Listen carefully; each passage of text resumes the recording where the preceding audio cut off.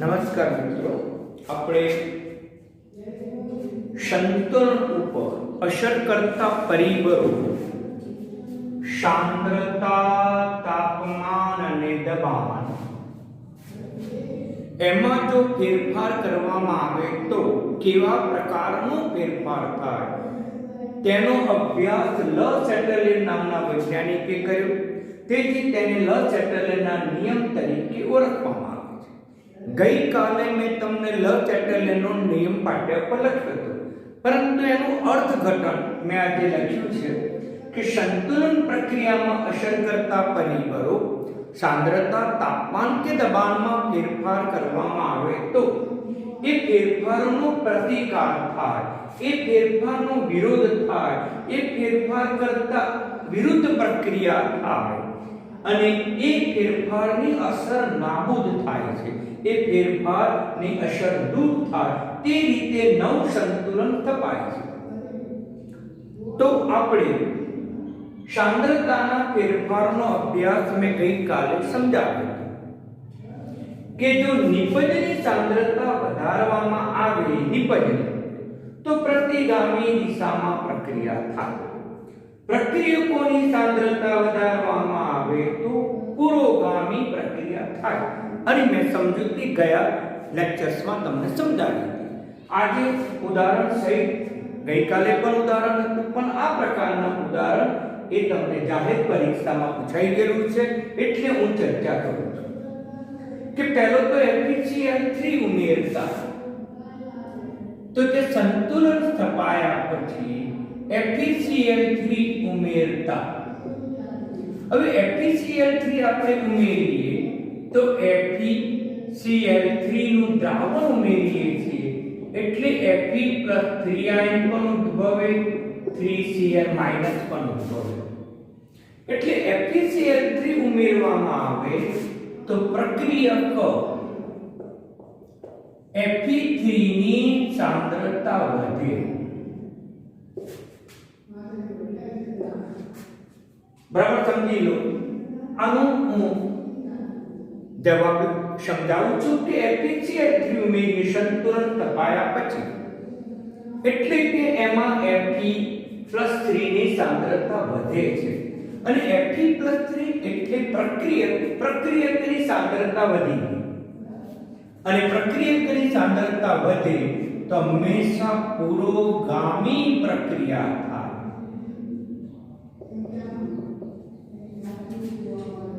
કારણ કે સાંદ્રતાનો વધારો નો પ્રતિકાર કરે, સાંદ્રતાનો વધારાનો વિરોધ કરે, સાંદ્રતા શક્ય તેટલી નાબૂદ થાય. ક્યારે નાબૂદ થાય કે પ્રક્રિયકોની સાંદ્રતા વધે તો હંમેશા પુરોગામી જ પ્રક્રિયા થાય. અને પુરોગામી પ્રક્રિયા થાય તો નિપજોની સાંદ્રતા વધે અને તેથી આપણને નિપજ પ્રાપ્ત થાય. માટે કહી શકાય કે લાલ રંગની તીવ્રતામાં વધારો થાય. પ્રક્રિયકોનું નિપજમાં રૂપાંતર થાય તો પ્રક્રિયક Fe+3 ની સાંદ્રતા પણ ઘટે, એટલે કહી શકાય કે પીળા રંગની તીવ્રતામાં ઘટાડો થાય. પ્રક્રિયકની સાંદ્રતા વધે, શક્ય તેટલી અસર નાબૂદ થાય, માટે પ્રક્રિયકની સાંદ્રતા ઘટે, વિરોધ થાય. વધારો લખે તો આપણે ઘટાડો લખવાનો, પ્રતિકાર થાય, વિરોધ થાય. તો વધારો થયો પ્રક્રિયકનો તો સાંદ્રતા ઘટી જાય, એટલે પીળા રંગની તીવ્રતામાં ઘટાડો થાય. આટલું યાદ રાખો કે જો પ્રક્રિયકની સાંદ્રતા વધે તો પુરોગામી પ્રક્રિયા થાય, નિપજોની સાંદ્રતા વધે. પછી પ્રશ્નને અનુરૂપ આપણે રંગની તીવ્રતામાં ફેરફાર કરી શકીએ કે પુરોગામી પ્રક્રિયા થાય તો લાલ રંગની તીવ્રતામાં વધારો થાય. જવાબ એ આવે. નંબર 2,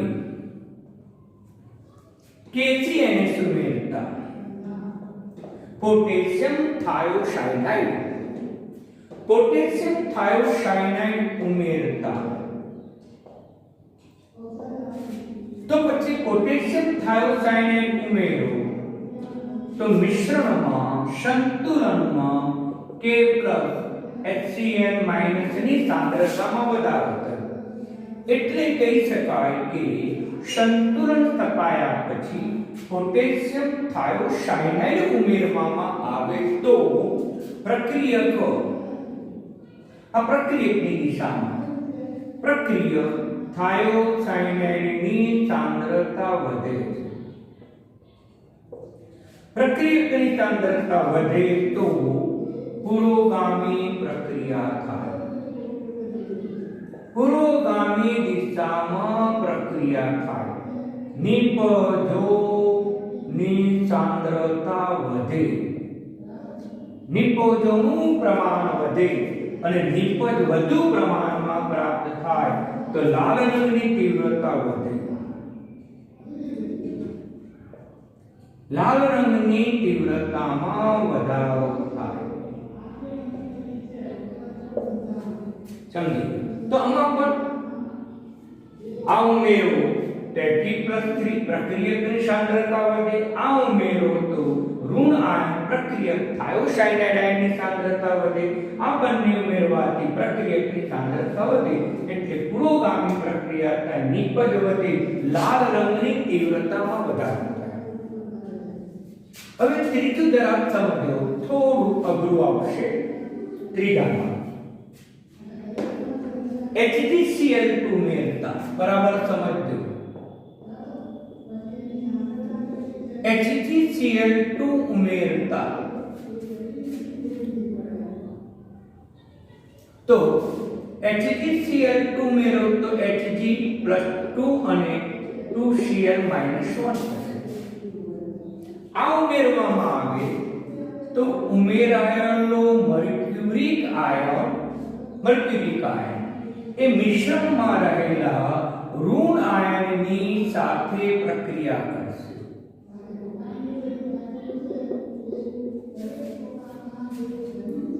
એટલે આ પ્રક્રિયામાં ભાગ ભજવશે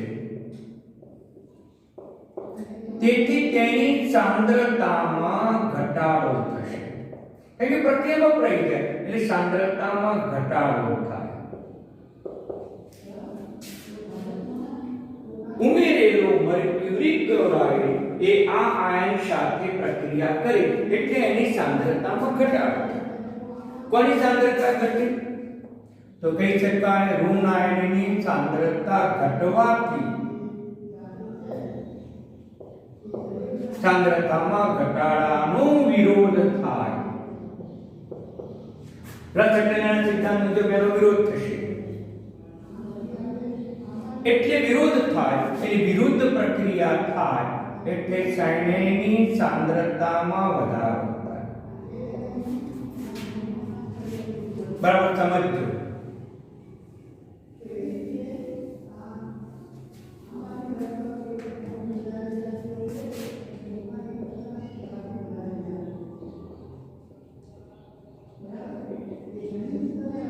ઘટાડો થાય એનો વિરોધ થયો અને એનો વિરોધ ઘટાડાનો વિરોધી શબ્દ વધારો થાય એટલે આની સાંદ્રતા ક્યારે વધે પુરોગામી પ્રક્રિયા થવાથી કે પ્રતિગામી પ્રક્રિયાથી આ બને એટલે કહી શકાય કે પ્રતિગામી પ્રક્રિયા થાય અને પ્રતિગામી પ્રક્રિયા થાય નિપજોની સાંદ્રતામાં ઘટાડો થાય તેથી નિપજોની સાંદ્રતા ઘટે અને તેથી લાલ રંગની તીવ્રતામાં ઘટાડો થાય મિત્રો સમજી લો બરાબર તો લાલ રંગની તીવ્રતામાં ઘટાડો થશે એટલે આ ઇમ્પોર્ટન્ટ છે કે મર્ક્યુરી ક્લોરાઇડ ઉમેરો તો આમાંનો કોઈ પણ ધન આયન કે ઋણ આયન નથી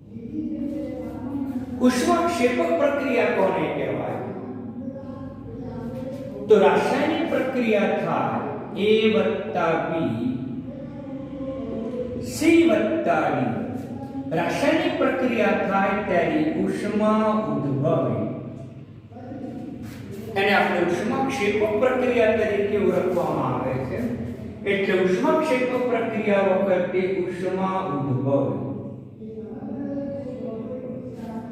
જ્યારે શોષક પ્રક્રિયા વખતે ઉષ્માનું શોષણ થાય.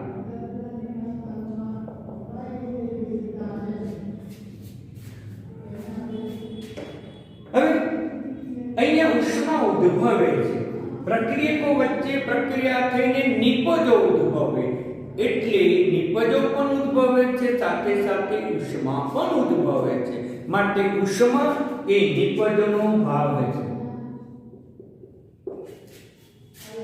આમ ઉષ્મા ત્યાં લખી શકીએ આપણે, અને ઉષ્માને આપણે સંકેત છે Q, તો Q પણ લખવું હોય તો લખી શકીએ, અને બીજી રીતે પણ લખી શકીએ A + B C + D. આ પ્રક્રિયકો છે નિપજો ડેલ્ટા H એન્થાલ્પીના સંદર્ભમાં પણ લખી શકાય, અને એ એન્થાલ્પી એ ઉષ્મા છૂટી પડે છે, એટલે એને આપણે માઈનસ વેલ્યુ તરીકે ઓળખીએ છીએ. ઋણ મૂલ્ય, ઉષ્મા છૂટી પડી, ઉષ્મામાં ઘટાડો થયો એટલે માઈનસ થઈ. પદાર્થ પ્રક્રિયકોમાંથી ઉષ્મા છૂટી પડી, પ્રક્રિયકોમાંથી ઉષ્મા ઘટી ગઈ, એટલે એન્થાલ્પી માઈનસ લખવાની પ્રથા છે, જે મેં થર્મોડાયનેમિક્સમાં પણ સમજાવ્યું હતું. ઉષ્માક્ષેપક પ્રક્રિયા માટે ડેલ્ટા H નું મૂલ્ય ઋણ લખવાનું, અને આ રીતે પણ લખાય છે ઘણી વખતે. ગણિતની પરિભાષામાં જો સમજીએ, ગણિતની પરિભાષામાં જો આપણે સમજીએ તો પ્રક્રિયકો સાથે પણ ઉષ્મા લખી શકીએ, પણ ગણિતમાં ઉષ્મા અહીંયા પ્લસ છે, તો અહીંયા આપણે ઉષ્મા માઈનસ સ્વરૂપે પણ લખી શકીએ. આમ મિત્રો બે રીતે લખી શકાય, પણ આપેલું સમીકરણ આ ત્રણ સ્વરૂપમાં પણ લખી શકીએ. પરીક્ષામાં ગમે તે સ્વરૂપમાં આપે. આમ પ્રક્રિયકો જે છે એ પ્રક્રિયકોમાંથી નિપજો બને ત્યારે સાથે સાથે ઉષ્મા ઉદ્ભવે, એટલે આનું જે તાપમાન છે T એ ઓછું હશે. એના સંદર્ભમાં જ્યારે નિપજો બને છે ત્યારે ઉષ્મા ઉદ્ભવે છે, અને ઉષ્મા ઉમેરાવાને પરિણામે બનતી નિપજનું તાપમાન વધુ હશે. આટલી બાબત સમજો. પ્રક્રિયકોનું તાપમાન ઓછું હશે, નિપજોનું તાપમાન વધુ હશે. હવે આપણે એમાં પહેલો પ્રશ્ન લઈએ કે સંતુલન થપાયા પછી તાપમાનમાં ફેરફાર કરવામાં આવે. તાપમાનનો ફેરફાર બે પ્રકારે, એક તો તાપમાનમાં વધારો,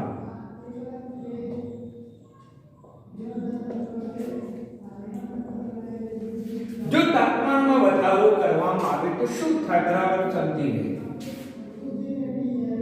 તો તાપમાનના વધારાનો પ્રતિકાર થાય, એટલે T ના વધારાનો પ્રતિકાર. બીજી પરિભાષામાં વિરોધ થાય.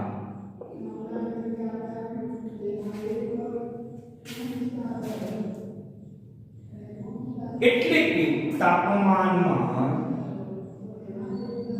ઘટાડો થાય તે દિશામાં પ્રક્રિયા થાય.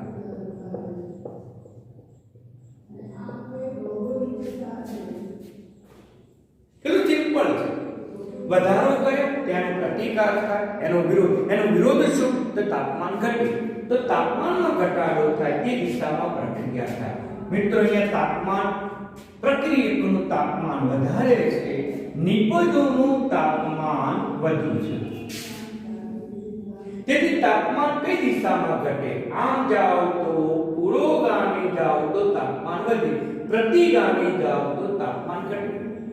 તો તાપમાનમાં ઘટાડો થાય છે, એટલે કહી શકાય કે પ્રતિગામી દિશામાં પ્રક્રિયા. પ્રતિગામી પ્રક્રિયા થાય પ્રતિગામી પ્રક્રિયા. અને પ્રતિગામી પ્રક્રિયા થાય એટલે નિપજોનું પ્રક્રિયકોમાં રૂપાંતર થાય. એટલે કહી શકાય કે નિપજોની સાંદ્રતા ઘટે. પ્રતિગામીની વ્યાખ્યા શું છે કે નિપજોનું પ્રક્રિયકોમાં રૂપાંતર થાય તો તેને પ્રતિગામી પ્રક્રિયા થાય. અને નિપજોની સાંદ્રતા ઘટે તો એની સાપેક્ષે પ્રક્રિયકોની સાંદ્રતા વધે. અને સાંદ્રતા વધે કારણ કે નિપજોનું પ્રક્રિયકોમાં રૂપાંતર થાય. કે આપણે શીખવાડેલું છે કે કોઈ પણ પ્રક્રિયાનો સંતુલન અચળાંક લખવો હોય તો નિપજોની સાંદ્રતાનો ગુણાકાર કરીએ છીએ, ભાગાકારમાં પ્રક્રિયકોની સાંદ્રતાનો પણ ગુણાકાર કરીએ છીએ. અહીંયા નિપજોની સાંદ્રતા ઘટી જાય છે. આ ઘટે તો કે પણ ઘટે. એટલે તેથી કહી શકાય કે કે ઘટે છે. પડી ગઈ સમજણ? તો આ તાપમાનના વધારાની અસરની મેં તમને સમજૂતી આપી. હવે તાપમાનમાં ઘટાડો કરવામાં આવે એમાં ને એમાં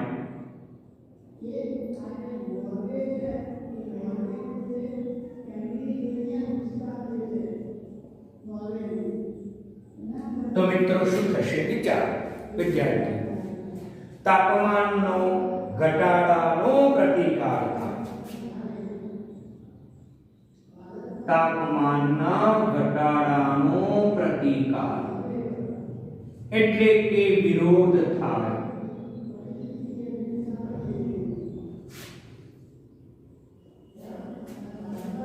ઘટાડાનો વિરોધ શું? તાપમાન વધે, તાપમાનમાં વધારો થાય તેવી પ્રક્રિયા થાય અથવા તો તે દિશામાં પ્રક્રિયા થાય.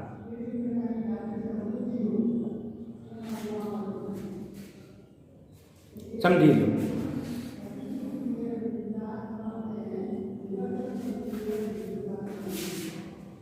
ઉપર લખો.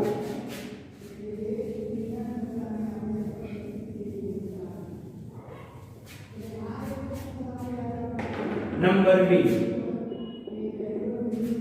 તાપમાનમાં ઘટાડો થાય.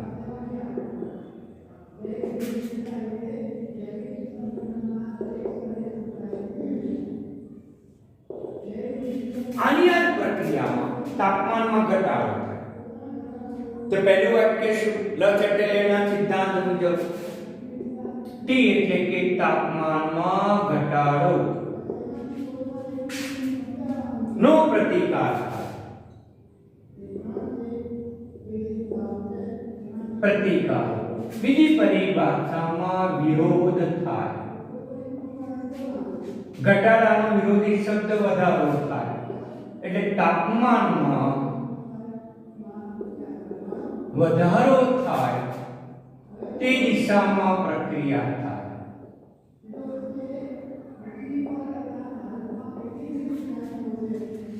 મિત્રો તાપમાનમાં વધે તે દિશામાં પ્રક્રિયા થાય. એટલે તાપમાનમાં વધારો કઈ દિશામાં થાય? આમ જાવ તો તાપમાન ઘટ્યું, આમ જાવ તો તાપમાન વધ્યું. એટલે કહી શકાય કે પુરોગામી પ્રક્રિયા થાય.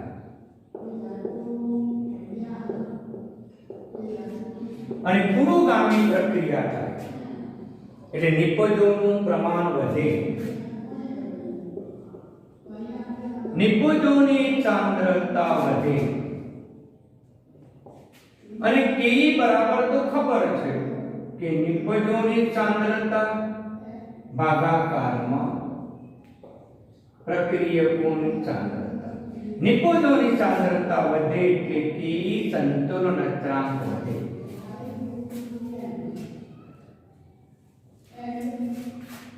ઇમ્પોર્ટન્ટ વિધાન. મહત્તમ નિપજ પ્રાપ્ત કરવા માટે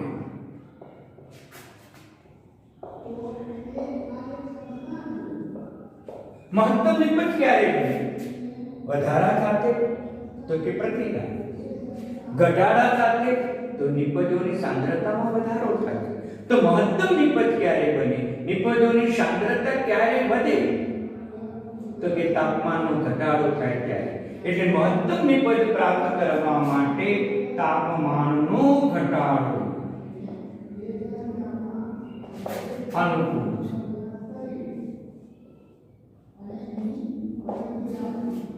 ક્યારે ઉષ્માક્ષેપક પ્રક્રિયા માટેની આ ચર્ચા છે.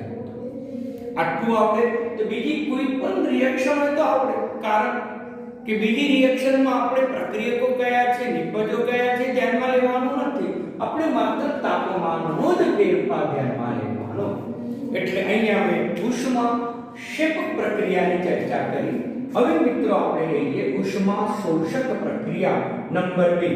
બરાબર ધ્યાનમાં રાખજો. હવે ઉષ્મા શોષક પ્રક્રિયા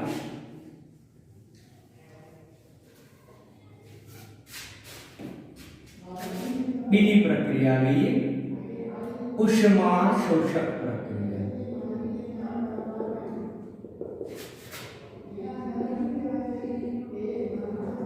ઉષ્મા શોષક પ્રક્રિયા કોને કહેવાય, તો ઉષ્માનું શોષણ થાય એને ઉષ્મા શોષક પ્રક્રિયા કહીશું.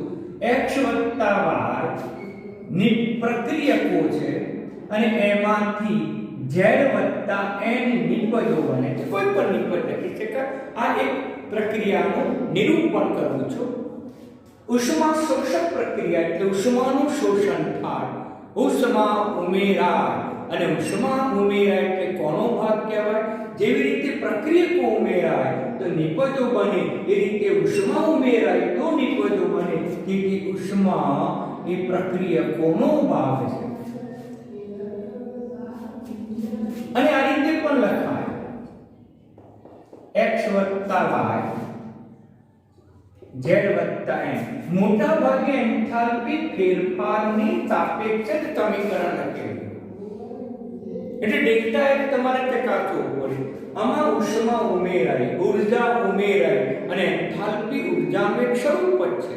એટલે થર્મોડાયનેમિક ચેપ્ટરમાં મેં બરાબર સમજાવ્યું હતું તમને કે જો ઉષ્મા શોષક પ્રક્રિયા હોય તો ડેલ્ટા H નું મૂલ્ય ધન લખવું, પ્લસ લખવાનું. પ્લસ હોય તો ઉષ્મા શોષક. એને બીજી રીતે લખ્યા પછી ત્રીજી રીતે પણ લખવાની પ્રથા છે. મેથેમેટિક્સની રીતે આપણે ઉષ્મા શબ્દ જો નિપજો તરફ લખવામાં આવે તો માઈનસ તરીકે પણ લખવાની પ્રથા છે. હા, ઉષ્માક્ષેપક પ્રક્રિયાને 3 રીતે, એ જ રીતે ઉષ્મા શોષક પ્રક્રિયાને પણ 3 રીતે લખી શકાય. આ 3 રીતે લખી. હવે ધ્યાન આપો. અહીંયા પ્રક્રિયકો છે અને એમાંથી શું બને છે તો કે નિપજો બને છે. પરંતુ ઉષ્મા ક્યાં છે તો કે પ્રક્રિયકો તરફ છે. એટલે અહીંયા કહી શકાય કે તાપમાન વધુ, ઉષ્મા ઉમેરાવાથી પ્રક્રિયકો શરૂઆતના પદાર્થનું તાપમાન વધી જાય છે. નિપજો બને એટલે તાપમાન ઘટે છે. પેલા કરતા ઉષ્માક્ષેપક કરતા ઉલટું થશે. હવે એમાં એક તાપમાન વધારતા,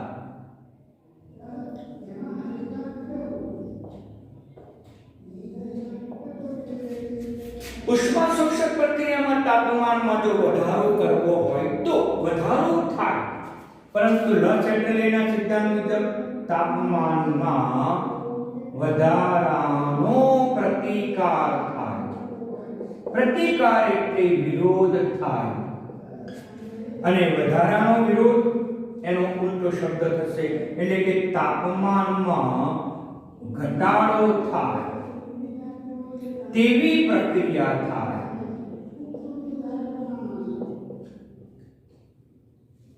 અને તાપમાનમાં ઘટાડો થાય એટલે તેવી પ્રક્રિયા કે આમ જાઓ તો તાપમાન ઘટે, આમ જાઓ તો તાપમાન વધે.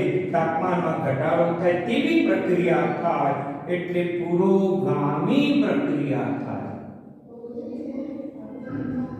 પુરોગામી પ્રક્રિયા થાય, નિપજોની સાંદ્રતા વધે.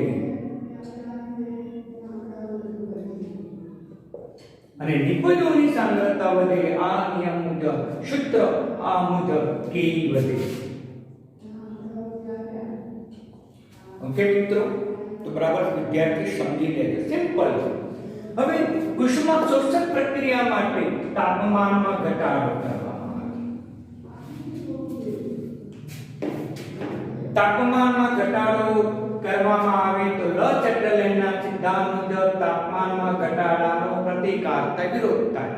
ઘટાડાનો વિરોધી વધે એટલે કે તાપમાનમાં વધારો થાય, તે દિશામાં પ્રક્રિયા થાય. મિત્રો, એ તાપમાન કઈ દિશામાં વધે છે? તો કે પ્રક્રિયકોમાં ઉષ્મા ઉમેરાય તે માટે તાપમાન વધુ છે. નિપજોની સાપેક્ષે પ્રક્રિયકોનું તાપમાન વધારે છે. એટલે આપણે કહી શકીએ કે તાપમાનમાં વધારો થાય તે દિશામાં થાય, એટલે આ દિશામાં થાય. એટલે પુરોગામી પ્રક્રિયા ન થાય, પરંતુ પ્રતિગામી પ્રક્રિયા થાય. પ્રતિગામી થાય. નિપજોનું પ્રક્રિયકોમાં રૂપાંતર થયા જ કરે, એટલે નિપજોની સાંદ્રતા ઘટે.